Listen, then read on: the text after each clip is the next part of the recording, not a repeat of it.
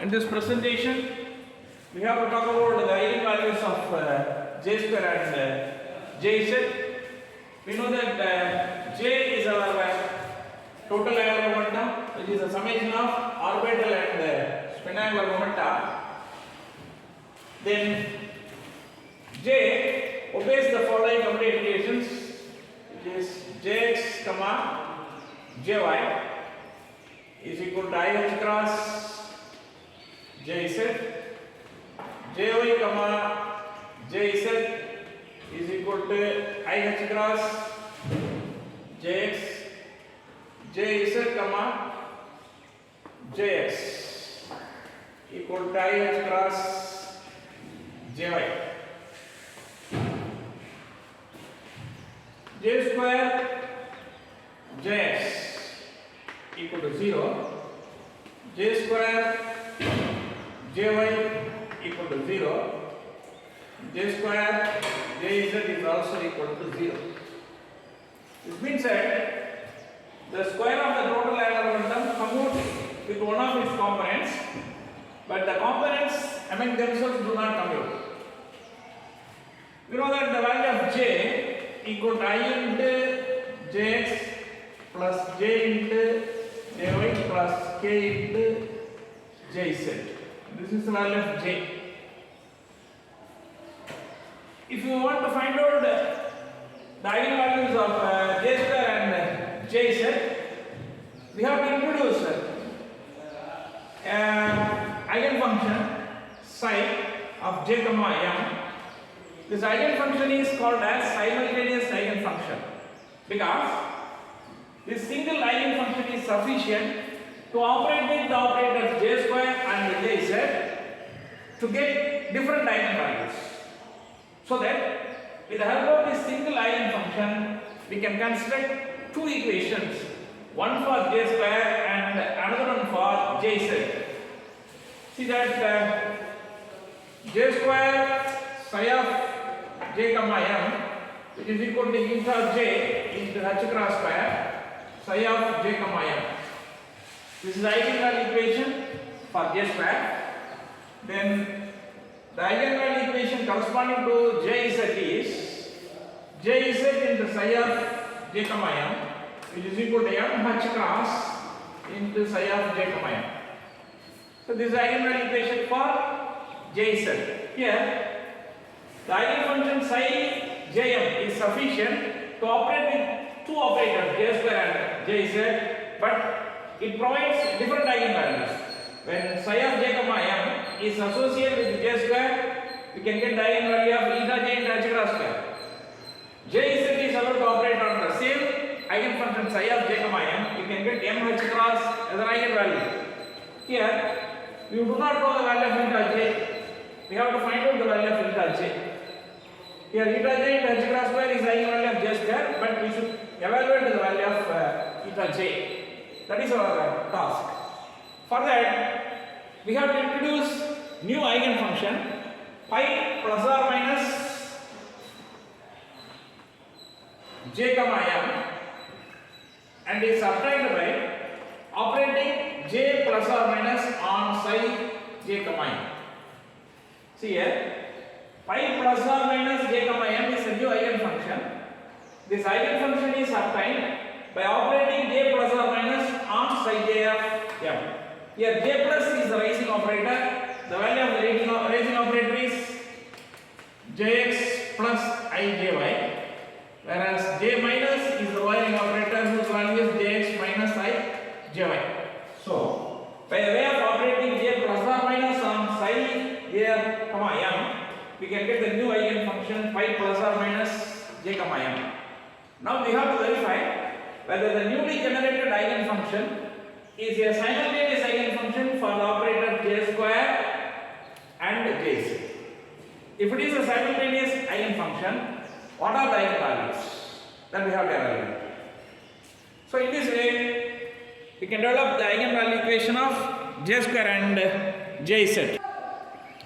Now I have written the eigenvalue equations of J square and Jz in terms of psi J m.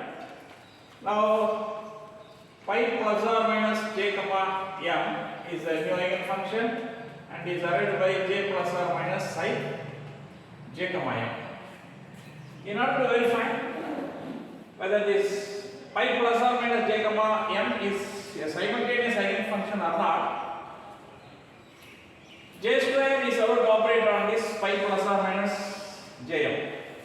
So j square into pi plus or minus j comma m, which is equal to j square into j plus or minus psi j comma m, because pi plus or minus j comma m is j plus or minus psi j comma m.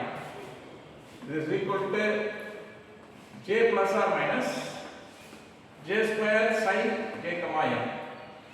But j square psi j comma m is our eta j into h cross square psi j comma m.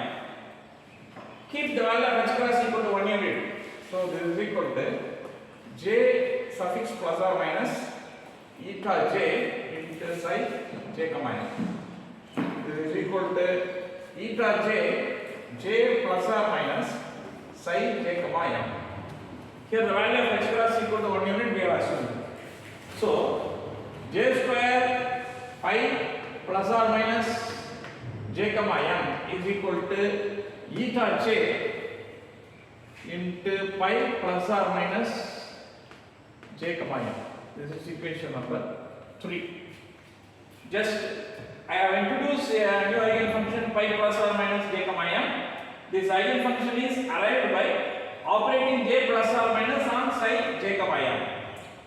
Our aim is we have to verify whether the newly generated eigenfunction is a simultaneous eigenfunction or not. For that, I am going to operate j square on the newly generated eigenfunction pi plus or minus j comma m.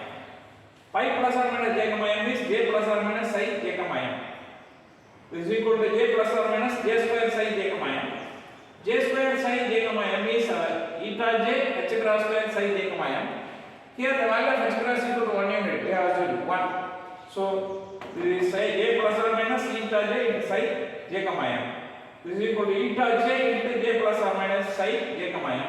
But j plus or minus psi j comma m is our pi plus or minus j comma m. So that j square pi plus or minus j comma m is our eta j into pi plus or minus j comma m. Now take this z component. The z component is allowed to operate on pi plus or minus j comma m. This is equal to jz j plus or minus into psi j comma m. Now we have to find the value of jz j plus or minus. For that we have to assume jz j plus or minus inside the square bracket.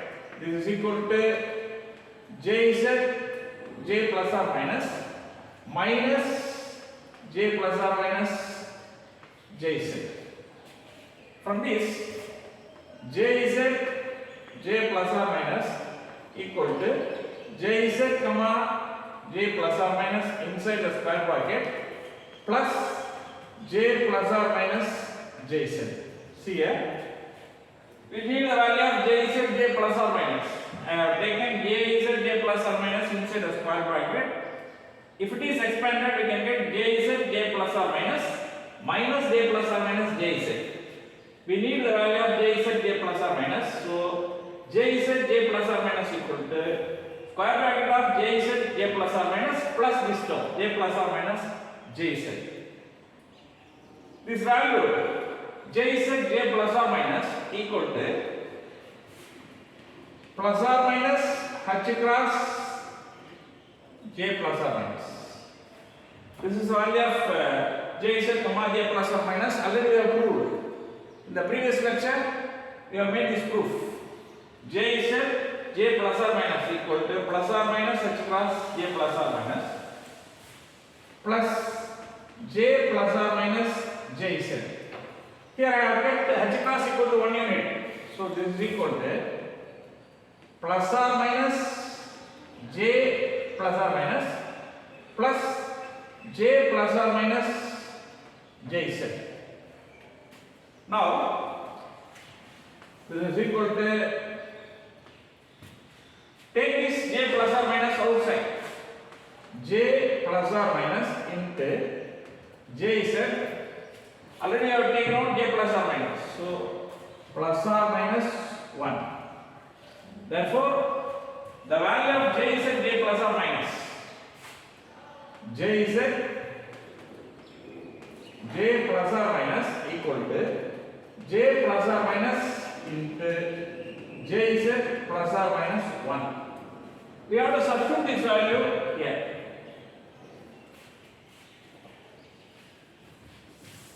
Say this is equation number 4. If you substitute this value, we can get, instead of J is J plus or minus, we have to put J plus or minus J is plus or minus 1. Entire is multiplied by this pi of J comma M. This is equal to J plus or minus J is into psi of J comma M is our M H cross. But we have kept H cross equal to 1 unit. So M plus or minus 1 into psi J comma M. This is equal to M plus or minus 1 into J plus or minus psi J comma M. This is equal to M plus or minus 1 into pi plus or minus J comma M. The value of J is